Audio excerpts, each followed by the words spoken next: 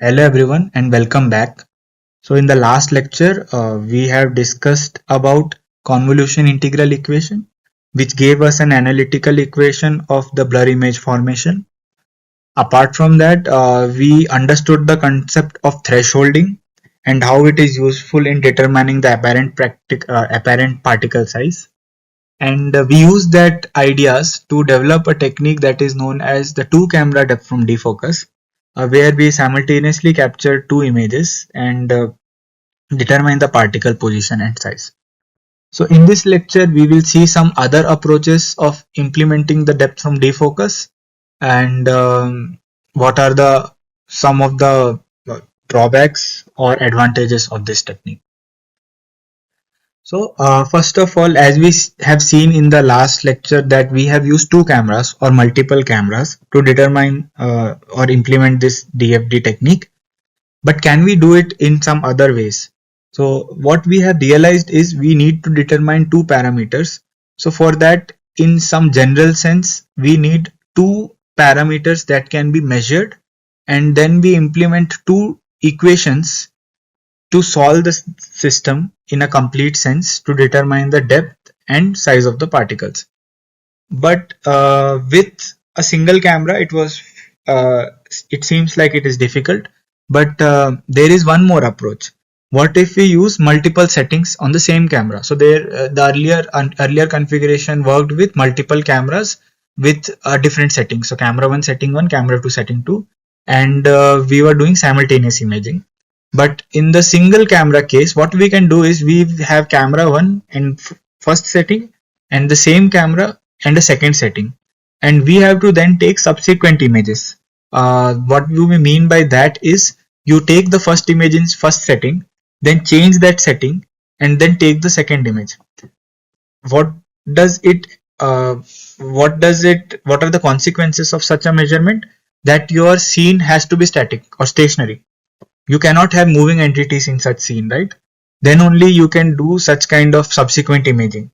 But with multiple camera, you can also work with non-stationary events, even high-speed events such as sprays. So that's why in most of the implementations, we will have multiple cameras or things like that. Uh, but just for the sake of completeness, I will discuss briefly about this multiple setting as well. And by setting, we mean either the sensor position of the or the aperture diameter or other things.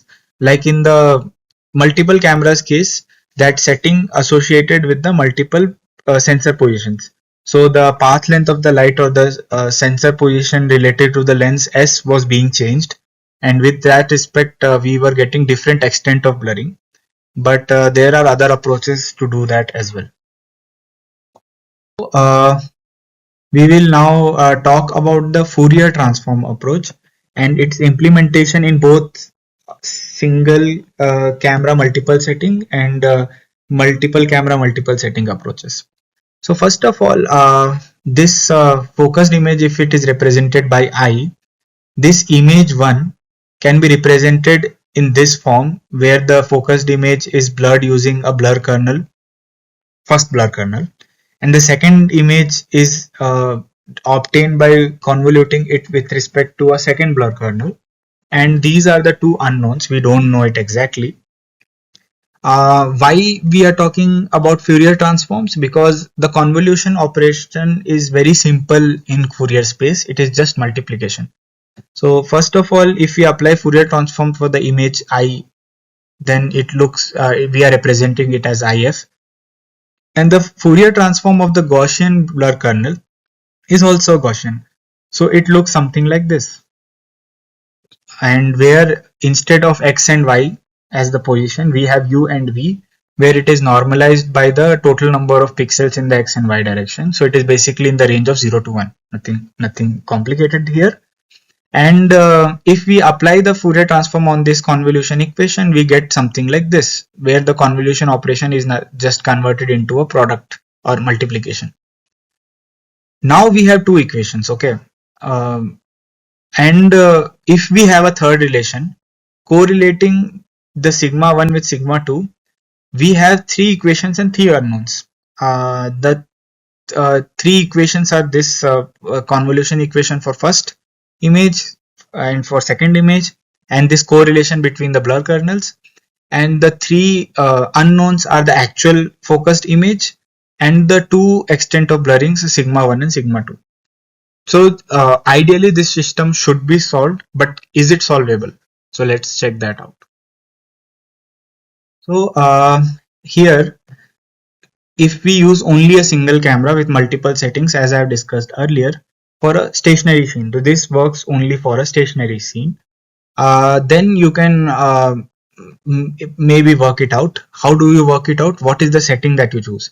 So the setting that we choose is the aperture diameter. So actually you can measure the aperture diameter in certain cameras, and there are certain specific ways where you can take standard images and then assess the properties of those standard images to assess the aperture diameter inside. But controlling an aperture diameter in most of the cameras is very easy. So for now, let's say we know the aperture diameters D1 and D2 corresponding to the setting 1 and setting 2 using the same camera. Then we have already determined earlier that the blur circle diameter is proportional to the aperture diameter, and the standard deviation of Gaussian blur kernel is directly proportional to the blur circle diameter. This gives us the third relation that we were talking about in the last slide, that the blur kernel diameter is proportional to your aperture diameter, and we have this equation for the two images. So now we have three equations. This equation representing the blurring in image 1 and image 2, and this equation correlating the extent of blurring of image 1 and image 2 because of the knowledge of the aperture diameter. Taking log of these two equations, because we know that h has an exponential form, and simplifying. By simplifying, I mean we can directly eliminate if. If we take the log and divide equation 1 by equation 2, we will get something like this on like rearranging and things like that. Here, clearly we have ln if2, so we can apply Fourier transform to the actual captured image and take log of it for both the images, and u and v just represents the position x and y, and sigma 1 and sigma 2 are associated extent of blurring for image 1 and image 2. So actually it is very curious to observe that you can take any particular x and y, and this left hand side should come out to be the same, because this is position, right? And you have, say, an m by n image, so you have m by n number of points, so you can choose any point and it should come out to be the same value. Obviously there is noise in your imaging system, so it will not be exactly the same, but usually we should choose an area where there are a lot of details which is blurred out. So there, if applying this equation is the most like reasonably good option, or you can apply it to all the points and take a mean or something like that, whichever way you prefer. And so we have the value of sigma 1 square minus sigma 2 square, some value, and we also have sigma 1 by sigma 2, some value. Okay, so we have two equations, two variables now, because we have eliminated if. So this will give you directly the value of sigma 1 and sigma 2. Now you can substitute sigma 1 and sigma 2 back in this either image 1 equation or image 2 equation to determine the actual image if, which you can then take the inverse Fourier transform of that to determine the actual focused image. So in that way we can apply this technique for the case where the things are not moving, and you can take subsequent images by changing the aperture diameter. And for sprays, I agree this is not at all practical, but for other scenes where you have some dispersed particles say dispersed or fixed over a volume, say, just for example, I can think of this acrylic blocks. Say if you cure an acrylic block or some polymer block and you don't remove the air from it, so those tiny bubbles will be dispersed throughout that, and you can then measure the sizes of these bubbles and also the spatial distribution of these bubbles using this technique where they are not moving. It's a static scene, right? Coming to the Fourier transform approach for the moving entities, uh, first of all, we cannot take subsequent images, so that is gone. So we have to use multiple cameras in that case. And in this case also we implement two different sensor positions that we have done in the previous lecture. Like we have S1 and S2 for camera 1 and camera 2, and correspondingly in the same way like I expressed in the last lecture, you can apply Fourier transform to the blurring equation and you get two equations directly, which will remain the same in this case as well. Apart from that, one interesting thing that we are trying to do here is we can directly eliminate the focused image by considering blur operation on image 1 to obtain image 2. So what we are trying to say is, what if I blur, suppose if we establish our imaging system in a way that image 1 is less blurred and image 2 is more blurred, then we can apply blurring convolution over this image 1 to get image 2, right? So there will be a blur kernel sigma r, which if applied on this image will give this image, right? So we can write I2 equal to I1 convoluted with blur kernel with some result, some sigma r, okay? And if we apply Fourier transform, we get an equation like this. How do the sigma 1, sigma 2 and sigma r correlated? They are related like this. So the final blur kernel sigma 2 square of this image is equal to sigma 1 square plus sigma r square, which holds true for any systems with standard deviation. So if you aggregate two systems with standard deviation sigma 1 and sigma 2, then the final will be sigma 1 square plus sigma 2 squares. In this case, we are aggregating sigma 1 square with sigma r square to get sigma 2 square, right? So this is the third relation that we are trying to stick, but it's still not complete. It's not self-sufficient to determine, because still we don't know what sigma r is, right? We don't know sigma 1, we don't know sigma 2, we don't even know sigma r, right? So how to do that? So in this equation, this new equation that we have found out, if we take log and rearrange it, we get sigma r square to be something like this, okay? So here also again we have if2, we have if1, we have the left hand side basically. So if we have the left hand side, we can easily estimate sigma r square, right? But just the knowledge of sigma r square is not enough. We know how image 1 correlates to image 2, but we don't know what is the depth by which both of them are displaced, or what is the depth position of the particle, something like that. So we have to generate a calibration function now, like we did earlier in the previous technique of two cameras.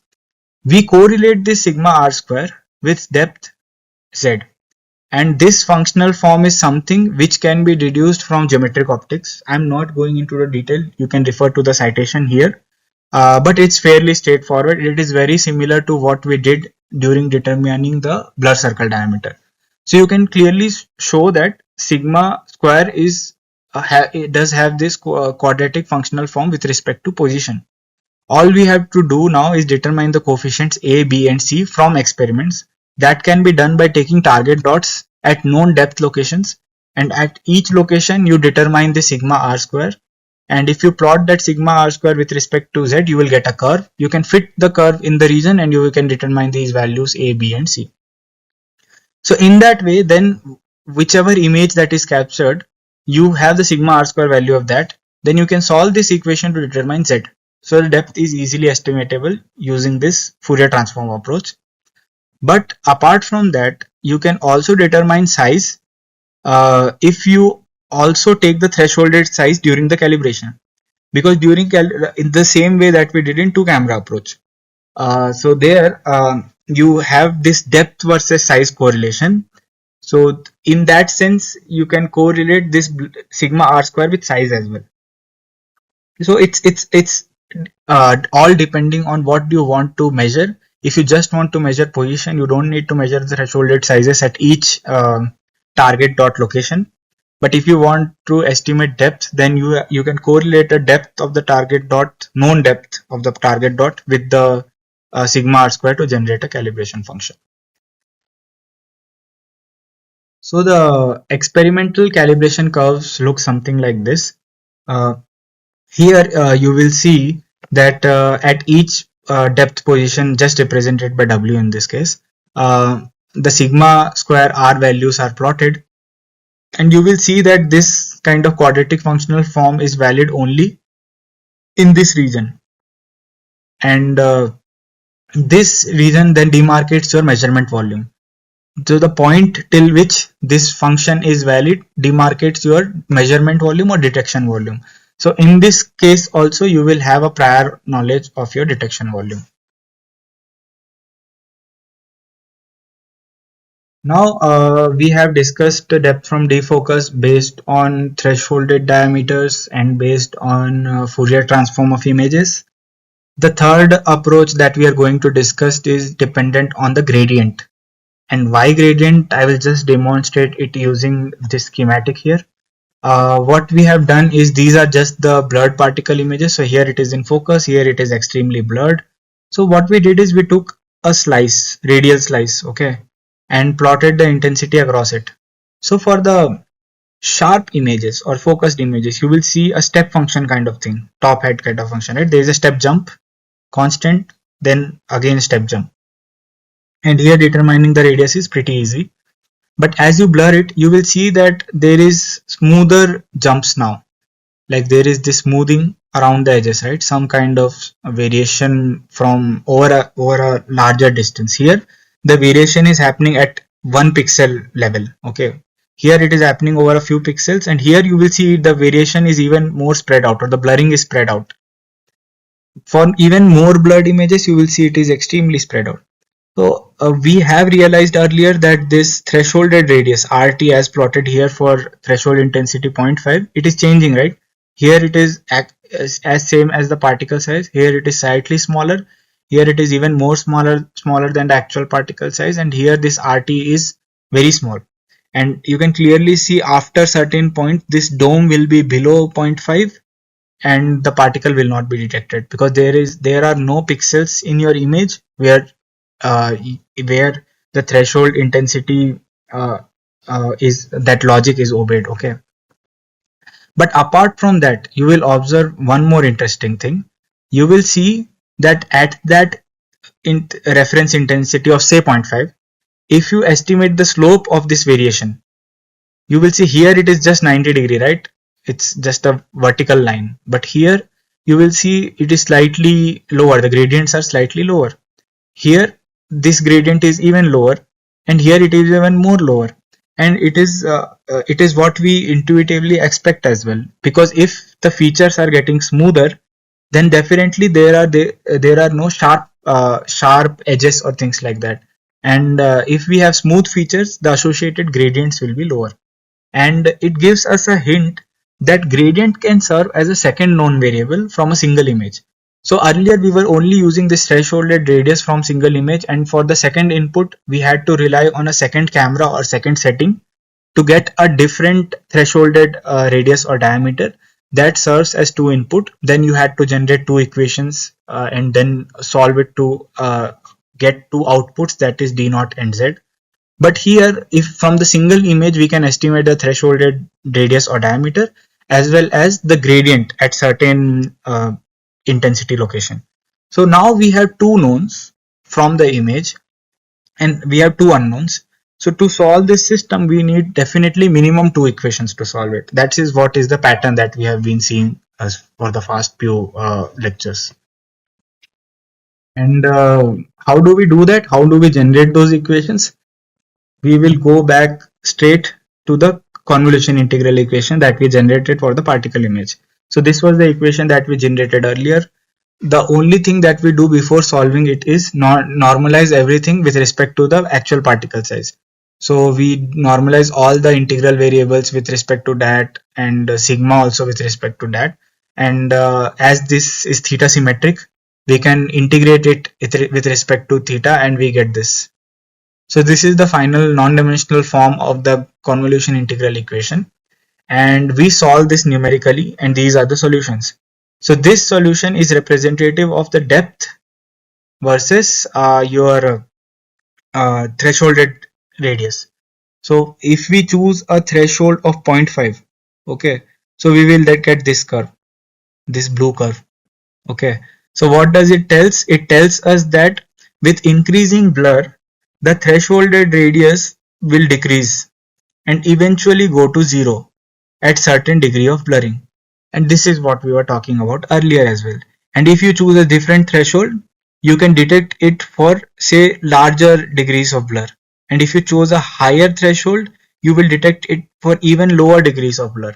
So this x-axis is your degree of blur and your y-axis is thresholded radius. And as we know that sigma is directly proportional to z, so this x-axis is actually representative of your depth parameter. And this is nothing but radial distribution of intensity, because your y-axis is intensity and x-axis is non-dimensional thresholded radius position. So at each radial position, basically, you will estimate the gradient and you will see at lower sigma values. So these are sigma values, all sigma tilde, basically normalized blur kernel values. So if at a lower sigma, you will have sharper features and higher gradients. At a lower sigma, you have smoother features and smaller gradients. So these are the solutions that we got from this equation, and we will use them in this gradient based single camera depth from defocus. So from the previous curves, as I've showed you, the gradients were varying. We can actually estimate the gradients at the reference intensity location of 0.5. We chose the mid plane for this problem. You can choose other values also, but we found that this is the most suitable one. We can correlate this sigma with the gradient, or the extent of blurring with the gradients. And you can see when the extent of blurring approaches zero, the gradient approaches infinity, which is like a very sharp edge. And we also have the correlation of the extent of blurring or depth with the thresholded diameter. And these are the two equations that we need to solve the system. That if we combine both of them, we get this curve. So I'll not be discussing this here. But yeah, these are the two different equations that we get, along with the two knowns that we have determined, that is the size, the thresholded size, and the thresholded size and your gradient from the image. Then you have these two equations, and using this you can determine the extent of blurring and the actual particle size from the for the system. Now for validation, we started with calibration target dots. So we took calibration target dots of known sizes and moved it in the measurement volume by specified in a specified interval, like we know the distances or the z positions for each of them. And when we applied this technique, first of all, just to determine the size of the particle, in the way I have expressed everything till this point, no calibration curves were required. We just used two theoretical curves, which gave us the two equations, and using just that we can determine the particle sizes. It looks something like this. So here for the 250 micron particle, here are the measurements at different depth locations, and for all the others it is here shown here, and you can see that they are pretty accurate. And this part, as I've expressed, is a calibration free sizing. Here is the relative error in diameter measurement, and you can see it is pretty accurate, within plus minus 5% till significant depth locations. And this dotted line actually marks your uh, depth of detection, which we are imposing artificially, because beyond it the errors are pretty high because of the effects like very low intensity values, because the blurring is extremely high, and then the noise dominates, like the noise in your imaging system dominates. The second part is the estimation of depth. So we know for each particle the depth, and in this process of calibration free sizing we estimate the sigma. So if we plot that sigma with respect to z position, we see a straight line, and this is the linear correlation that we also expect, because we know sigma is equal to beta delta z, and beta is a constant for your imaging system, and we need to determine this beta, which can be done by just straight line fitting or linear regression over this data. So what this brings us to is that if you want to implement this in a spray, So you will directly get something like this. You will get all the sizes, but you will not have the spatial position of them, but you will have the sigma values for each of them. So for each of the droplets, you will measure d naught and sigma. To estimate delta z, you have to do this calibration procedure for your imaging system. So you have to take target dots, move it over a specified volume at known depth locations, estimate sigma, correlate it with delta z, get the beta coefficient, and then imply or implement those beta coefficients directly over the spray measurements as well, because it is a constant for your system. So it will remain the same even for your spray system. So we applied it over some spherical particles as well, because the target dots are nothing but 2D discs kind of thing. So we took spherical glass beads, and we placed them over a slide and imaged it using under a microscope. Through that, we got the ground truth distribution. So this black curve actually defines the actual distribution present in this glass bead system. To measure it in a dispersed fashion, where some of them are in focus and some of them are not, we put them in a liquid solution which was being stirred continuously. So this is one of the snapshots. You can see some of them are in focus and some of them are not in focus. Then we normalized the image and applied our technique to determine the sizes. So these are the sizes. And if we plot a probability distribution function for that, so we got something which matches pretty well with the black curve, right? So the blue and red ones are related to the different kind of background illumination, which also affects the results, but I'll not be discussing in depth about them right now. But you can see it agrees pretty well with the microscope data. And also, if we plot the diameter versus the sigma, which is representative of the depth, we see that everything is enclosed within a cone. And this linear detection edge is something that we discussed earlier, even in the two camera methods. So it's the same thing here. The particles of smaller size gets blurred easier and are measured over a smaller volume, and the larger particles are detected over larger volumes. So the same thing is valid here as well, and we will use that information in this case as well for the PDF correction or bias correction, which is represented in this plot as well. So we have plotted both the corrected and uncorrected estimates, and you can see that it works pretty well. Then these are more test cases where this technique was applied, and in the first case we are measuring an ethanol spray, and this is the probability distribution function obtained from this. We even applied it to pollen grains, where small spherical pollen grains were dispersed in the liquid solution, the same way glass beads were, and we get this distribution. We can even measure droplet sizes generated during a bubble rupture. You can see that when the surface bubble ruptures, the ligaments break down and forms these array of droplets. And as this is a three-dimensional phenomenon, it kind of flings droplet in and out of the plane of focus, and that's why because the number of points are very less, so the sampling the droplets in the whole volume then becomes very important to get the whole sample. So DFD kind of technique is very suitable for implementation in such cases. If we calibrate sigma to delta z, then we can convert the sigma values to delta z for 3D depth reconstruction as well. So we have printed these target dots over a three-dimensional surface, took only single image of that, and from that we were able to reconstruct this surface with an accuracy of 5 to 10%, which is pretty good, because we are just using a single camera, which makes it really easy to implement. So you can use it in even systems where it is not that easily accessible to do measurements. So now quoting some of the advantages of the technique, it provides reasonably good accuracy considering the simplicity of the setup. It provides volumetric measurements. The sampler size is larger. So corresponding to the other available optical techniques where you do point measurements or planar measurements, here you measure the dispersion within a volume. So that definitely it improves your statistics. and this is non-invasive. So as this is an optical method, so all you need is an optical access to your system. So it in that sense is very useful in a lot of scenario.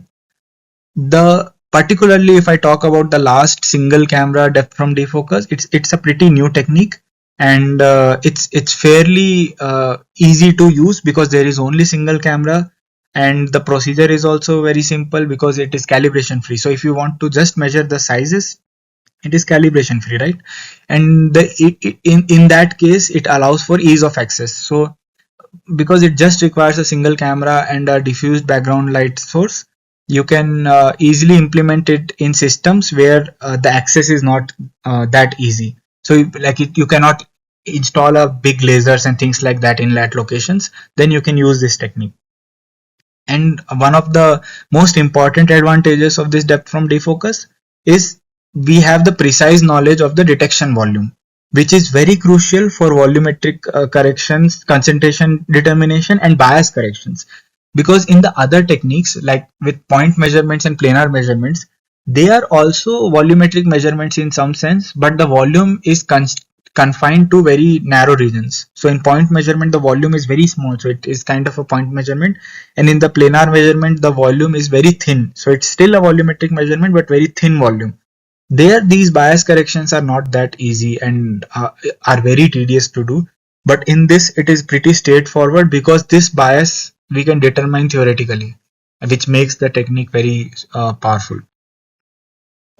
The limitations for this technique includes, first of all, we capture discrete information when we use any practical imaging system or camera. So the images are constituted of pixels, and we have discussed that it looks like a matrix. Estimating gradients from such an information where there is also noise is really challenging because gradients are very sensitive to noise and averaging effects. So that's why some inaccuracy persists in the gradient based DFD that we talked about.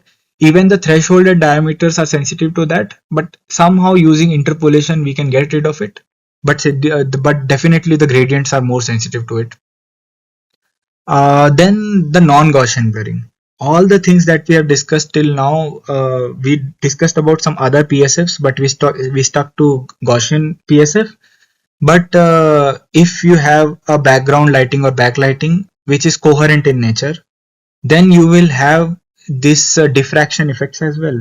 Then the airy disk that we talked about is the limiting PSF in case of diffraction effects when the image is in focus.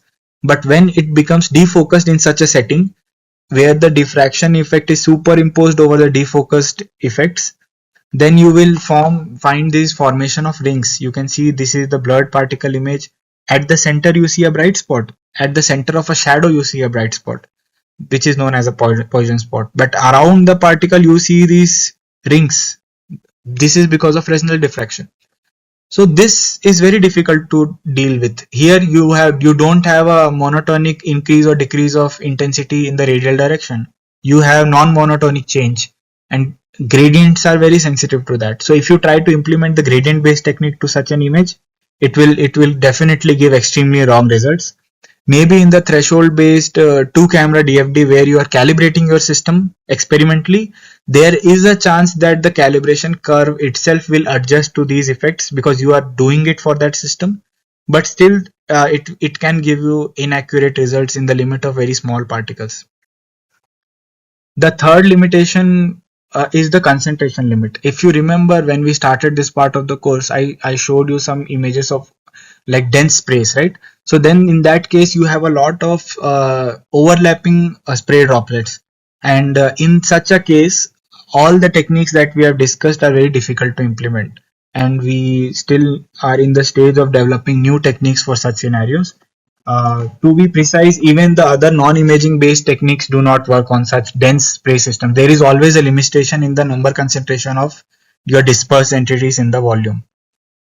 So all these poses a very challenge to implement DFD in the way that we discussed, having the precise knowledge of the exact PSF, getting rid of the noise on your system, or the getting around the overlapping effects is something that people can look into in future. With this, we come to an end of this part of the course where we discussed about a very fascinating technique that is known as depth from defocus.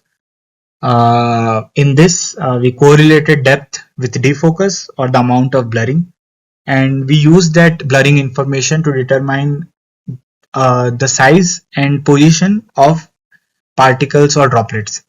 And yeah, we did that in different ways. We used it, we determined it using gradients, we determined it using Fourier transform, we relied on thresholding approach to determine that. So there are various approaches that can be implemented, but the core idea still remains the same. And there has been significant progress in this field in the past few years, and special thanks to Professor Cameron Topia, because he has been a significant part of these recent advancements.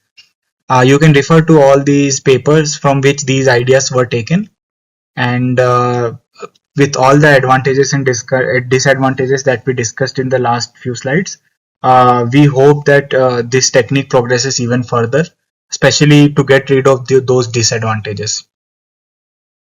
Thank you.